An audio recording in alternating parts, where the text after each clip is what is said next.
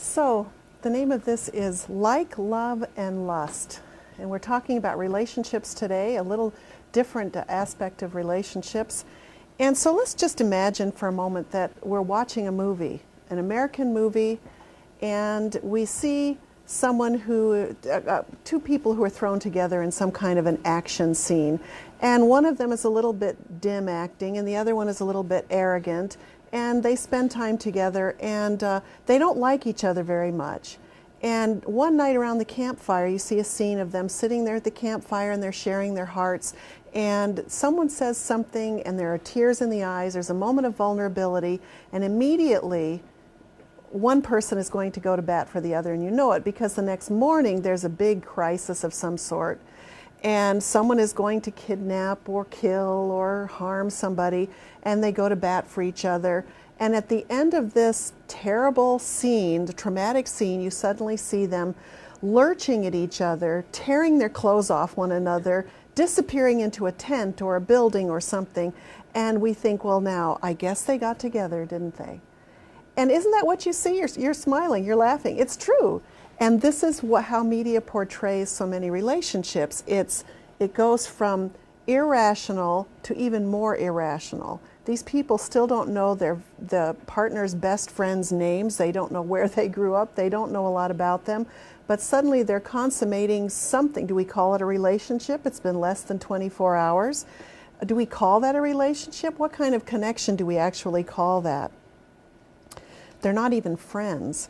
So another common theme of these kinds of movies are office romances, chance meetings, getting lost in another country to be charmed or saved by somebody there. When you get up to get a drink, when you're watching this movie, you come back and the scene on the screen shows two people lying in a bed with the sun streaming in the next morning, and you missed something. It happens so fast, and it's very difficult to keep track of this. So you've seen these movies just as I have.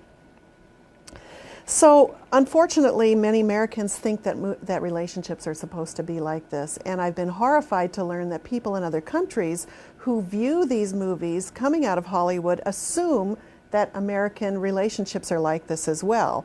And I'd like to say that unfortunately some are, but we pray to God that most are not. And I would say, based on years of counseling couples, that is not. Now, according to Harriet Watt University's Family and Personal Relationships Laboratory in Edinburgh, Scotland, they have noted that a number of misconceptions exist in these kinds of movies. The first one is, if you love me, you'll know automatically what it is that I want, what it is that I need, what it is that I feel. And I won't ask for a show of hands, but we all have thought that. If you really cared about me, you would know. And this is the stuff of romantic comedies. Love is all you need. Isn't it amazing that in these movies, someone could have multiple sexual partners, and that just goes right out the window. It has no bearing on the fact that at that moment there's chemistry and they absolutely must get together. Have you noticed that? Or someone's family is such a problem, or they come from such a context as to be totally opposite of this other person. Unbelievable, and they still get together. It's because the idea is that love is all you need. Circumstances can't dent your love. Now we know from, social scientists know from studying couples that there are a number of issues on which couples tend to disagree. There are issues like finance, in-laws, leisure activities, recreation, interactions together, sexual behavior. All of these things are venues for misunderstandings and arguments, but in the movies you don't see that so much. Circumstances can't even dent your love. Sex fixes everything. This is sold to children now in our society, that if you just have sex with someone, that will suddenly make everything magical. You've seen movies like that. You've seen ads like that as well. If sexually you're doing well, then the relationship should be fine. But as many sex therapists know, if the relationship isn't fine, the sex isn't probably going to be fine either. Circumstances don't matter. We talked about that. We see movies now about opera singers falling in love with boxers. We find bizarre combinations of people. Again, the idea that circumstances don't matter. The negotiation of daily life is easy when you love someone. If you love someone, there's not going to be the argument about who takes out the trash, or why aren't you putting your dirty socks in the hamper, or, you know, don't criticize my cooking, or how dare you make these demands. None of that. That is not the stuff of good, interesting movies to watch, and so we typically don't see those kinds of things. These are those misconceptions that we see in movies. And again, prior romantic choices or sexual behavior does not matter in these movies. And yet, in fact, we know that prior sexual behavior to marriage or relationship building makes a huge difference in couples who come into counseling and they can't quite get past the history of the other party. Before I go to that one, there's also another piece. Child care, you almost never see how a couple in a marriage or in a relationship will manage child care issues. What about someone who's going to marry into a step-parent? What kind of movies really portray some of the challenges and negotiations that one has to go through when we're trying to blend a family? Sometimes we see that caricatured in movies, but we really don't get a clear sense of it. So there are a lot of issues that are just off the radar screen when we consider how relationships are portrayed on the silver screen.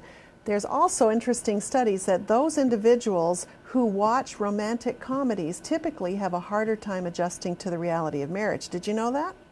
Now, chick flicks are fun for everybody, mostly. Some men don't really care for those because, like my husband, he'll sit there and hoot and make fun of some of the things that are said and done. I'm sure a number of men would do that. I do that at times. But what happens when we have expectations that come out of watching these movies? We can have bitter disappointments. So it's not surprising then when a young man came home and he told his father, I'm going to get married. I fell in love. And the father said, well, how do you know you fell in love? And he says, well, he said, a dog bit my ankle when I was kissing my girl goodnight, and I didn't even feel it till I got home. Is that love? Can you love someone without liking them? Can you like someone without loving them? Can you be committed to someone without loving them? All of these are very, very important questions when we think about relationships. And we have a lot of misconceptions about how we go about forming relationships. And I went to the tabloids to see what kind of titles we find about relationships. Have you ever stood in the line in the grocery store and you think, well, who could read this kind of baloney? It's baloney. And here's some of the 10 free secrets about men. Learn what guys really want and how to attract lasting love. Doesn't that sound like you're trying to lure butterflies into your yard somehow? The 10 most dangerous mistakes you probably make with men and what to do about it. Well, that introduces all kinds of anxiety and concern right away. How about the top 100 things that attract women to men? Well, anyone who has any statistical knowledge knows that probably you're doing several of those already, which means you probably don't need that document. How to get a girl to like you in 6 steps. So there's formula, mystery, and uncertainty. And I think our society and advertising has done that to us, whereas relationship building is sometimes very difficult work. It's typically not as formulaic as some of that. So they're important questions. So when a couple comes to me, or more typically a woman will come to me and she'll say to me, I don't know if I should move ahead with this relationship. A man will say to me, I don't know if this is someone that I should really consider marrying. And I always say there are 3 very important questions, critical questions in my mind, that have to be answered. And if one of them can't be answered satisfactorily, the answer is a big blazing no, don't move ahead. So the first one is, do you love and are you in love with the other person? And I'll go into each one of these in more detail. Do you love and are you in love with that other person? You can love someone like your brother or your sister, but are you in love with you? Do you have that chemistry that will sustain some of those difficult times in the relationship? Do you like the relationship rules of engagement? And by rules of engagement, I mean how you actually interact. So do you love the person? Do you interact well together? And the third one, do you like the life you will have with that individual? And every single one of these questions have got to have very clearly thought out answers. Otherwise, there'll be some terrible mistakes and upsetments. We know that over half of Americans will wake up at some point during their marriage and say, I didn't sign on for this, I don't want this. And so this is why we have to really seriously consider these kinds of questions. So let's look at these in more detail. Do you love the other person? Now, we'll break this down. Is the well-being of the other person a priority? Are you willing to make their well-being a priority? I had a very sweet and tender conversation with someone one time, and I said to her, you look so very happy all the time in your marriage. And she said, well, I am. She said, when we got married, as soon as we left the church and we went off on our own, my husband said to me, he said, I consider you to be a rose and I am the rose garden, and if you're not growing, I need to do something different. Isn't that lovely? Are you willing to make the well-being of that other person your top priority? That's male or female. Pardon me. Are you attracted to the other person? I just had a therapy session last week with someone who said, on paper, this is a perfect man. I said, well, are you going to carry around a piece of paper? Or are you going to actually have a family with this person and like this person? She said, well, I really don't find him terribly attractive and there's no chemistry. I said, well, let's spend a little time thinking about that. There has to be some kind of chemistry, somehow. Is your well-being a priority of the other?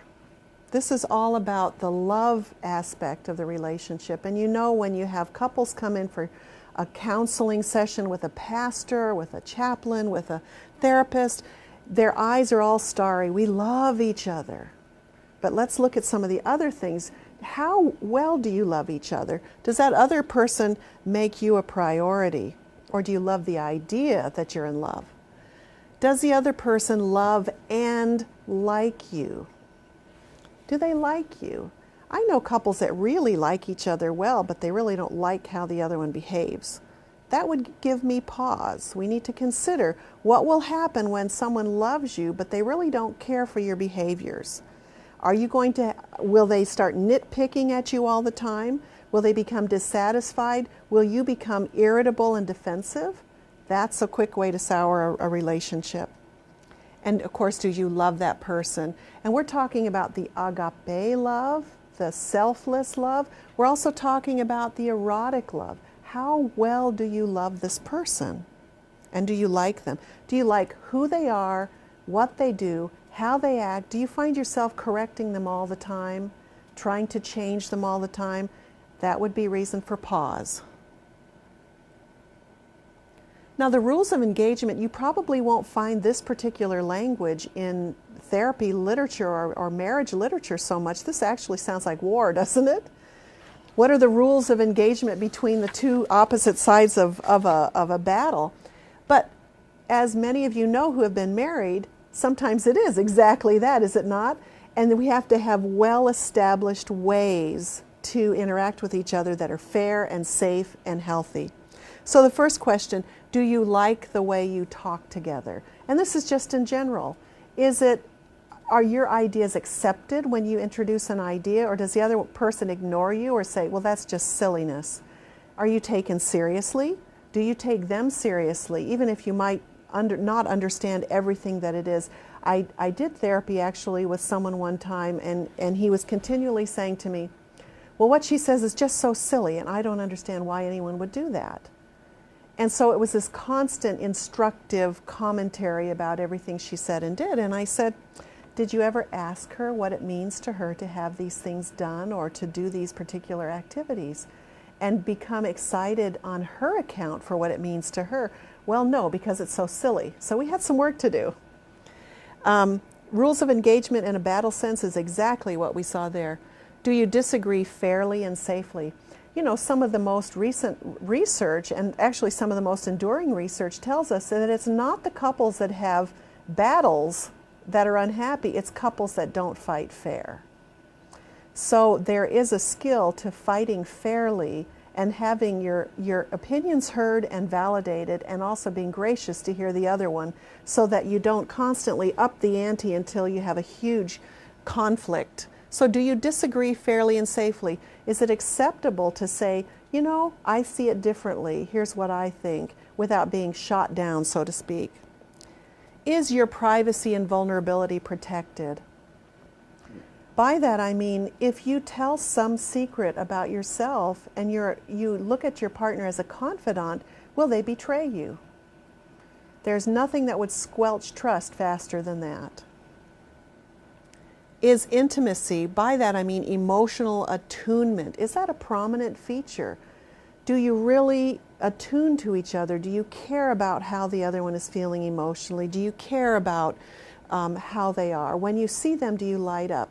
Do you want to be in their presence? There was an elderly couple I know who were about 80 years old, and it was said about this man, every time his wife walks into the room, he lights up like a Christmas tree. And he truly did. It was precious to see. And I thought after almost 60 years of marriage, that's quite a testament to their happiness. That didn't mean they didn't have battles. That didn't mean they agreed on everything. But he loved her, and emotionally he was very connected to her. Are you willing to become more emotionally connected to that person? Is there anything in this relationship that makes you feel on guard or that you have to protect yourself? Critical issues. Here's a question. If nothing changed in the way you two get along, would you be happy in this relationship in 20 years, 30 years, 40 years? That's a hard question to answer. Do you want to have children with this person? These are important questions. I know people that are absolutely lovely, but when you start thinking about how they treat their children or some of the ideas they have, if one parent feels they have to run interference for the other parent all the time, that's going to make for some very tough days. These are some issues to consider. What kind of life might you have? That sounds a bit materialistic, and I don't mean that by saying, can I be supported if I'm a woman, or will I support if I'm a woman? Will I support him? Will he support me? I'm not talking about that so much, but I'm thinking about a number of other issues that are important to consider, that even if you love someone and even if you have this emotional engagement, your life together might absolutely throw the kibosh in the whole thing. Are there legal past that will influence where you can go, what you can do? Are there financial responsibilities? I remember talking to a man once that hadn't paid taxes in, I think, 10 years, and he owed the government $500,000 in back taxes. He didn't make a lot of money. And he was out there actively dating and trying to get someone to marry him. And I said, well, let's think about this a minute. What do you have to offer? Oh, well, you know, I'm a pretty good guy. Yes, you are. You're absolutely charming. You're very respectful. And what about this? Who's going to want to take on $500,000 of your tax debt? Think about it. And there are people who might have children. You might marry into a blended family. Is this something you want to take on? Important questions. The introversion versus extroversion issue. What if you have a very introverted wife and a very extroverted husband who wants to be out partying and having people at the house all the time, and her idea of a good time is sitting in a corner with a book? Important things to negotiate. Do you respect their work ethic? Do you think they're lazy? Do you think that they're hardworking? Do you respect them? Do you respect what they do for a living? And we've heard people say, in my circles, I've heard women say, would you ever want to marry a pastor? I don't think I could marry a pastor. That's a hard life to be a pastor's wife. Do you think you could do that? There are questions to really consider. Do you respect and are you up for what they offer? Are you comfortable with their circle of friends and the kinds of activities that they do? Again, we're thinking about that opera singer marrying the boxer. You know, would you want to go to boxing matches all the time? Would you want to go to the opera hall all the time? Think about it. Are you comfortable with their family? It's been said that when you marry someone, you marry their entire family. And there's a lot of truth to that, because even if you don't spend a lot of hours and days with that family, that person you end up with has all of these little family voices in their heads that says things like, well, this is how our family does it, or this is how we think about it, or these are the important things. Very important to think about. Another one that that a lot of people do not consider is, do you feel safe? And I can't tell you how many people will say, well, you know, she only slaps me occasionally, or he only beats me up once a year. You know, how safe are you? Is safety an issue? Can you be yourself? Are you more of who you are naturally when you're with that person? Do they bring out the best in you? Our families look at that, don't they? Which means, do those closest to you approve and like this person? Important questions. So if you're starting to see somebody as a friend and you get more and more close to them and you start dating them and they say, well, I don't really want to be around your family, and and they pick at your family and tell you what's wrong with your family, a big red flag should go up, because your family should have some kind of say in who it is that you marry, and should be able to tell you, you know, I think that's a lovely person, I can't quite see you together. And again, to get input from the people who are closest to you. It might not be your family that's closest to you. Now, most of us have a variety of relationships, and there are happy couples, there are dear friends, and there are people who are dating who have numerous points at which they're able to share intimacy. And I want to point out, intimacy is not necessarily intercourse. And when I was growing up, you would hear people say kind of behind the door, oh, were they intimate? And you'd think, oh my, they did something really they shouldn't have done. Intimacy encompasses a lot of different things, and I'd like to point out what some of those areas are, that when you're considering someone, it would be good to think about whether or not you're able to share intimately on all of these different issues. The first is emotional, and I spoke about that just a minute ago. Are you able to share your feelings with that other person without being mocked or belittled?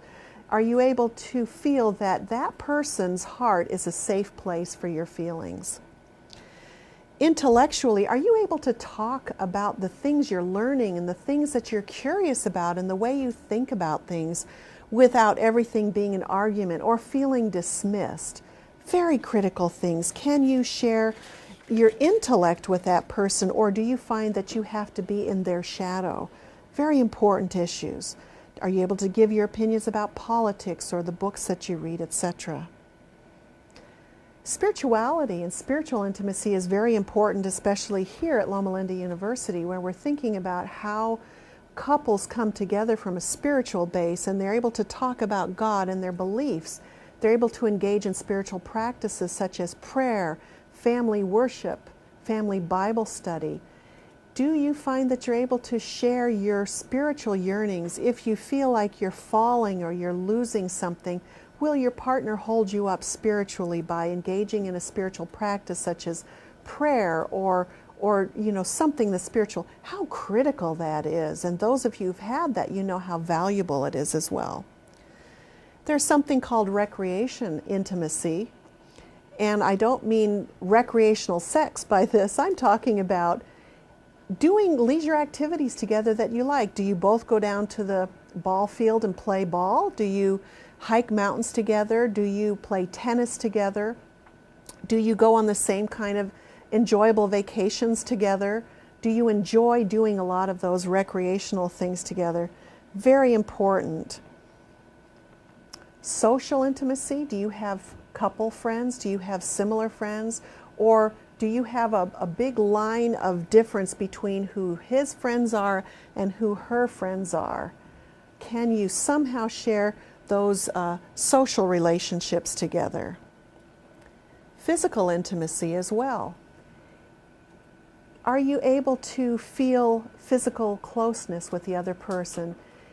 Many times in Christianity we talk about the forbiddenness of sexual intimacy, and I'd like to say that God created us for a healthy physical intimacy. And if you find that that is lacking for some reason, that is reason to pause and think there are several reasons why that might be not there. There could be affairs, there could be the other person could be bisexual or gay or involved in some other kind of sexual expression, or they could have such trauma that they are not able to engage. All of those things are reasons to investigate and wonder about. But physical intimacy, as we know from studies about sexual intercourse is that the release of oxytocin is a very strong bonding chemical that actually brings people closer together emotionally. Economic intimacy, are you able to talk about your finances? And social scientists tell us that actually the couples who are able to talk more about how they spend their money and what their long-term goals are actually better off financially than those for whom it's a mystery. And I've done therapy with couples who make tons of money, but they don't know where it is. They don't keep the checkbook. They don't keep Quicken books on their computer. They have no idea, and they're always at each other for spending big chunks of money. Very important to talk about these issues. And do you form domestic intimacy? And by this I mean the issue of household maintenance. Do you work together in the house? Do you work together in the yard? Do you have plans about who takes out the trash? Do you do those awful jobs together? I remember I got my husband, you hear how I'm talking, for my birthday I got a very fancy vacuum cleaner. My husband gave it to me, and he helped me pick it out, and I made sure it had all these bells and whistles and knobs and things on it because I knew he would feel that he was the only one that could really use it properly. And my husband does all the vacuuming now, but I run behind him and I move the furniture. We work together, so even though I got out of vacuuming, I'm still part of the vacuuming process, right? And so do you do things together? We actually have a lot of fun every week running around with that fancy vacuum cleaner. Do you parent together? Are you united? And how many times as a family therapist I see children in therapy who are a pawn thrown back and forth between parents because they don't know how to co-parent if they're separated or divorced, and they don't know how to co-parent when they're together. Are you a united front, and do you enjoy that? The last one is vocational intimacy. Is there anything similar about the kinds of work that you do that you can talk about? I know when I come home, my husband asks me, so who did you see today? So what did you do today? And it's not to put me on the spot or to demand, but he's so interested and delighted for my experience that he wants to share that with me. So intimacy is very, very important. Now, the sad reality is that we talked about how movies portray relationships as a very shallow, very sexually focused thing. Many people do not see older couples in vibrant relationships portrayed. Many people do not hear about the affectionate exchanges of elderly who can have very robust, intimate lives as well.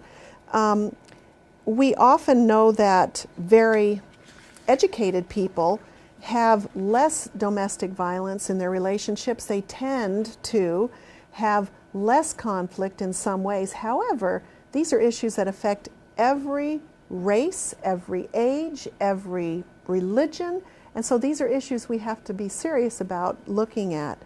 Now, we still have that notion that love will always be enough, and there's actually a book by Aaron Beck called Love is Never Enough. And I challenge some of you to read that book. It's really outstanding, that debunks some of these ideas that love is never enough. There's an equally important book by John Jacobs, and the title makes me chuckle. It's called Love is All You Need and Other Lies About Marriage. Very important to become educated as we form relationships, and we recognize not only waiting till we get married, but in our dating relationships as well.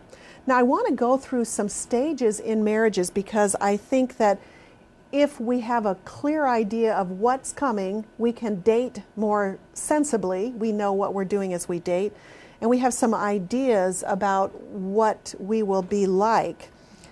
The first stage is called limerence, and this is a word that you don't hear a lot of times, but limerence is that excitement you get when you've just fallen in love and you think about that person all the time. You want to be with them, you idealize them, and you find yourself saying things like, well, John says, well, John does, well, did you know what John did the other day? And your friends get really sick of hearing about John because that's what you eat, breathe, and dream day in and day out. And it can go from any time between 6 months to 18 months. That's the typical range of a limerence stage in a marriage. It's a very exciting time. It is so much fun.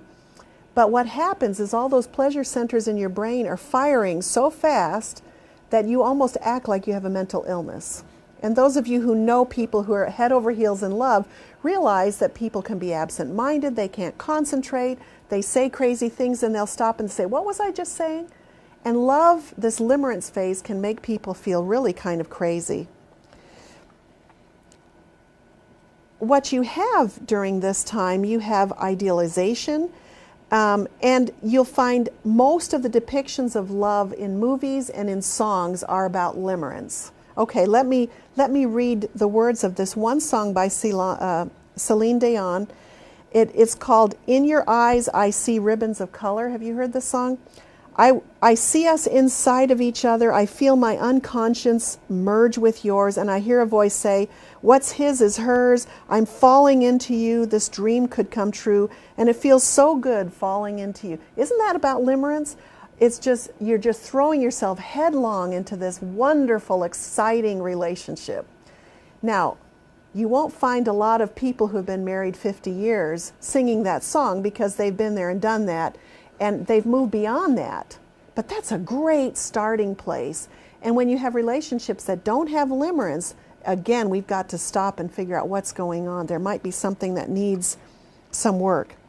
The next phase is reality and resentment. And we live in a sinful world, don't we? And I would love to think that we just sail on into the next phase. But usually about this point, you've kind of burned yourself out living so closely in such adoration with the other person that suddenly you start becoming a little bit disenchanted, and you notice that the socks don't make it to the hamper, and you notice that the kitchen's not clean, and you notice that the clothes get dropped on the floor, and you notice that that person picks their teeth at the table and makes your stomach turn. You notice all those things, right? And you think, well, now who raised this person to behave like this? If I could just get him or her away from that family of theirs, they wouldn't act like that. And you start building the story in your mind that that person is really worse than anything you've ever known. And you wonder, did I miss something? How could I have been so blind to marry this person? Now I see nothing but all of their faults. And you pray about it. You begin to pray that God will change them. And you think, why did I marry them? And we begin to grieve the years ahead that we think we're going to have to put up with these negative traits. I won't ask for a show of hands. I know I've been there. I think anyone who's been married for any length of time has been there. This culminates at about 7 years of marriage. And you've heard the law of the terrible 7. About every 7 years, a couple has a crisis with this. About every 7 years, the couple gets to this again and says, what are we doing here?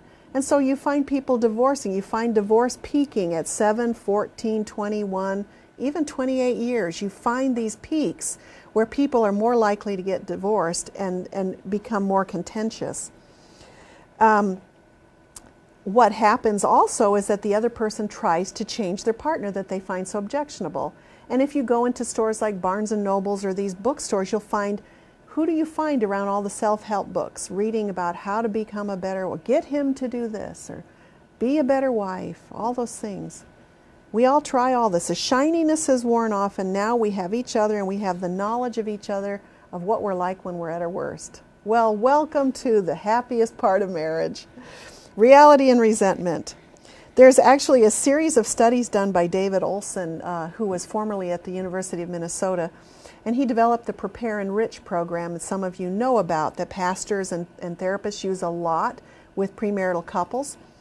And he found that those couples actually that stay together because they feel that they should, for religious reasons or social reasons, actually have the worst marital satisfaction of any type. They have worse marital satisfaction than those who have these wild fights, I mean, without, beating each other up. They have the worst kind of satisfaction, even more so than those with the different kind of gender socialization than you would anticipate. So these are really important issues. When people get to these stages, a lot of this comes to the fore. The next stage is acceptance and commitment. Acceptance and commitment. At this point, you begin to realize that, I'm really not that great of a prize myself. And I'm starting to realize that I do a lot of things that aren't very nice. And I'm being challenged. And my partner says to me, you've hurt me deeply. And you have to take that home and start dealing with it. and you begin to see things in a different light. You begin to recommit yourself to that person, and you start to accept the fact that they're not perfect, but you did decide that this is the person that you want to be. You want to be willing to let them see you at your worst because you trusted them and you loved them. So these are the stages of typical marriages. It's not for the faint of heart, but the rewards are absolutely out of this world when you're able to work at it and stay at it. Our health depends on our healthy relationships. We know that men in happy marriages typically have better dietary habits, have less substance abuse, and sleep better at night. Interesting findings. Women in satisfying marriages have cardiac and general health advantage over non-married and divorced and separated women. Less satisfying relationships show higher lipid levels in your blood. Relationships are very important. I think this is one of the greatest gifts that God gave humanity in the Garden of Eden, is to have a healthy, wonderful relationship. David Siegel points out that the association between good relationships and mortality are just as strong as a relationship between smoking and dying. Interesting, isn't it? So we really do need to really support and be careful of these kinds of relationships. I want to talk about problem spots in relationships and find out, as we look at these, how we can actually better our relationships, whether we're friends, whether we're dating, or whether we're married. This is from John Gottman, who created something called the Love Lab up in Washington State. And he would have couples come in and videotape them, wire them up with oximeters and blood pressure cuffs and heart rate, and they would measure their skin temperature and their signs of being quite physiologically aroused. And what he would do was he would observe them by videotape and then analyze all these tapes, and saw over 2,000 couples talk about various things. What he would do is he'd say, I'd like you to sit down here behind this one-way mirror while we videotape, and I would like you to talk about something that's a bit of a challenge for the two of you to negotiate. How would you like to be in that kind of a spot? Not very well, I think. And then he would begin to take a look at the various things that were problematic. It came so that he could actually predict who would get a divorce within 5 minutes, just by observing some of the very nuanced facial expressions and behaviors. The first is criticism. When you see criticism in a relationship, you find that people are looking down at each other. They'll say things like, that was the dumbest thing you ever did, or why do you have to do that, or you never listen to me. These kinds of attacks that are criticism, you're such a fat cow, or, terrible, terrible things that you've heard people say. And we know that Jesus never criticized anybody. We just have to read John 8 and the story of the woman caught in adultery. He didn't criticize her, and he certainly had cause to. The next one is defensiveness, that when your partner says something to you and tries to give you feedback, that you become very defensive. And you might say, well, I really didn't like the way you spoke to me just now. And they'll say, oh, you don't like how I spoke to you? Well, how do you think I feel with you blaming me all the time? And you just come right back at you. That causes an impasse. And that is one way that a defensive person can avoid taking responsibility for their behavior or actually changing it. There are many things, Gottman says, that a couple can live with, but a couple cannot survive with contempt. Contempt is that form of disdain that shows that you care nothing for that other person. When you roll your eyes at that other person, or you look at them condescendingly like, how could you be so stupid? Anything that portrays that attitude, that is a death knell to the relationship. Gottman calls it the sulfuric acid in a relationship. That's really, really bad. Stonewalling is the next one. I've seen men and women stonewall. What happens is when there's a conflict and one person is doing more of the pursuing of getting the issue taken care of, and the other one completely shuts down and becomes mute and either leaves, walks off, or just shuts everything out. And that is absolutely maddening for the other person. and it also disengages that individual completely. What we know about people that stonewall is that what's happening is that their blood pressure and their heart rate and their breathing and their skin temperature is all increasing. So that's a problem, and they probably do that for physiological reasons. Flooding is another issue. This is what happens when you get a full-on verbal attack by somebody close to you.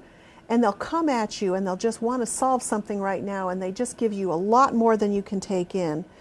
And this is a verbal attack. And what happens is that a rageful attack can actually affect you cardiac-wise. And we know that people who are prone to flooding are much more likely to drop dead of sudden heart attack. And so people who either give those kind of rageful outbursts or receive those kind of rageful outbursts have physiological consequences.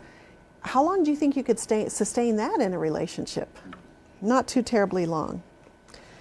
Repair attempts. When you have a repair attempt, I'll give you an example of that. Soon after I was married, I'm sure it was past the limerence period, and my husband and I had a disagreement. He said something kind of casually offhanded to me, and I was so angry and so put off by that I got up out of bed and I went down and I slept on the couch. And the next morning he came down as happy as a lark. He was not aware that I was so angry. And I had been thinking about this and perseverating about it so long, and it was getting bigger and bigger and worse in my mind, and I was to the point where I was saying, I can't believe this man. And he came down the stairs and I said, I am so angry at what you said last night. And my husband, who's a real cut-up, he went like this. And he started dancing around me in a very comical way. That's a repair attempt. It's a way to smooth things over, to bring humor in. And I just looked at him and I burst out laughing. And I said, I can't be angry like this. And he was dancing around me like this in his underclothes. And it was a very funny sight. That's a repair. That's a repair attempt. When you find that there's a disagreement in a couple and it's getting more and more intense and it's escalating, when somebody tries to make a repair attempt by saying, oh, honey, I'm so sorry, maybe we need to take a break, or, oh, I'm sorry, or, you know, we're getting too tense, or makes a joke that's taken well, those are repair attempts. When they fail and the other person attacks and doesn't accept that, that is handwriting on the wall. Does that make sense? Yes. Okay. Another one is a harsh startup. And those are when you sit down with someone and you're going to have the talk. We need to talk. Oh, yes, I know. Oh, boy, we hate that. We need to talk. And when you have a harsh startup, it'll be something like, I'm so fed up because you are always doing such and such, such, such. And it's this harsh, attacking way of opening a conversation. Let me just tell you, you know from experience, those are not received well, and they actually make the other person want to fight back. Anything you do that causes an adversarial relationship or a sense in that connection is pretty bad. Another is emotional disengagement, where you just shut down and you don't try to connect any longer. And this can be very sad. There have been couples I've worked with when I've said to them, they're sitting there, they've been married for 40 years, and I'll say, when did you divorce him? What? We're married. Yes, but you emotionally divorced him at some point. What happened? That's really, really tough. And so that's one of the reasons why being able to talk together is so important, so that you never get to the point where you emotionally disengage. One last thing I want to talk about here, and I'm assuming I have a little bit of time to do this, is when there are things that can really interfere with forming a solid friendship, a solid relationship, a solid marriage. And one of these things are poor relational skills. Some people just have poor social skills. They will come up to you and pick their teeth while they're talking to you right in your face. Have you seen any poor manners? Just tactless, rude, no idea that they're not really connecting. They don't look at you when you talk to them. They're just a little bit off. Now, we all have a little bit of that someplace because we didn't grow up in a perfect world and we didn't learn everything there is to learn about how to connect with people. But poor relational skills can really interfere with building friendships or building dating relationships or loving relationships. How do you suppose poor self-esteem could affect relationships? I can give you a quick example of that. When I was growing up, I grew up on a farm, and we had a number of friends that were quite well-to-do. And it never occurred to me that it was important for me to show up for weddings or funerals or anything with these friends, because I assumed that since I was a little country girl, that my presence really didn't make that much difference, whether I was there or not. Now, we kind of smile at that and say, oh yeah, well, I can understand that. But these were friends, and I just didn't show up. And that caused real difficulty. When you have a poor self-esteem, then you tend to say and do things where you put the other person on the, they're always in a position where they have to seek you out and build you up. And that's a lot of work. That's a lot of work. It's quite a burden to marry someone when you haven't done your own work about your self-esteem. Failure to take personal responsibility for your behaviors, and we find this all the time in abusive relationships, verbally abusive relationships, physically abusive relationships, that people will not say, I was wrong, that is inappropriate, I will go get that fixed, I will not do this again. Unresolved feelings and behaviors. These kinds of things are probably leftover from things that might have happened to us in days past. Just last night I had an hour therapy session with somebody who was telling me a very long story about how she had been treated very, very badly, discriminated against with racial discrimination. And every now and again that comes up and is very painful, and has never talked to anyone about it. Those are really, really critical things that deeply affect who we are as people. And so some of those unresolved issues, whether it's maybe abusive behavior in the family, or observing terrible things happen, or some kind of external trauma in the community, those things can have quite an impact and actually can impact the relationship. We've talked about the trauma, abuse, and actually some poor modeling by parents. Some people grow up in a war zone in their homes, and they don't really know how to create a good, healthy relationship with somebody else because they didn't see it happen. And I'd invite you to go sit in your congregation every week and look at those couples that seem to be happy and watch them. Don't become a stalker, but watch them and see how they treat each other. I know there was a little girl one time that used to look out the window in her school, and every day at a certain time she would see this couple walk out of the church office, and the husband would open the door for the wife and let her in the front seat of the car, and then he'd walk around and he'd walk in on his side. And she thought, I've never seen anybody I know do that, but that's how I want to be, and that's the kind of person I want to marry. And actually, by modeling ourselves, we can actually help young families because they might be watching us as well. Have you given enough time to your relationship to see how your significant other interacts with you and others? Now, I told you how fast things go in the movie. You go out of the room to get a drink and they've already moved to the next level, and you miss just that minutia that moved them that way. Have you given enough time? And one of the founders of our church, Ellen White, said, make haste slowly. Make haste slowly. Go slowly when you're trying to hurry to the altar. And that's really critical because you want to be able to see that person interact with a variety of people. You want to see how they treat their parents. You want to see how they treat siblings and children. You want to know how they respect authority. You want to know how they are spiritually. You want to know how integrated they are in the community.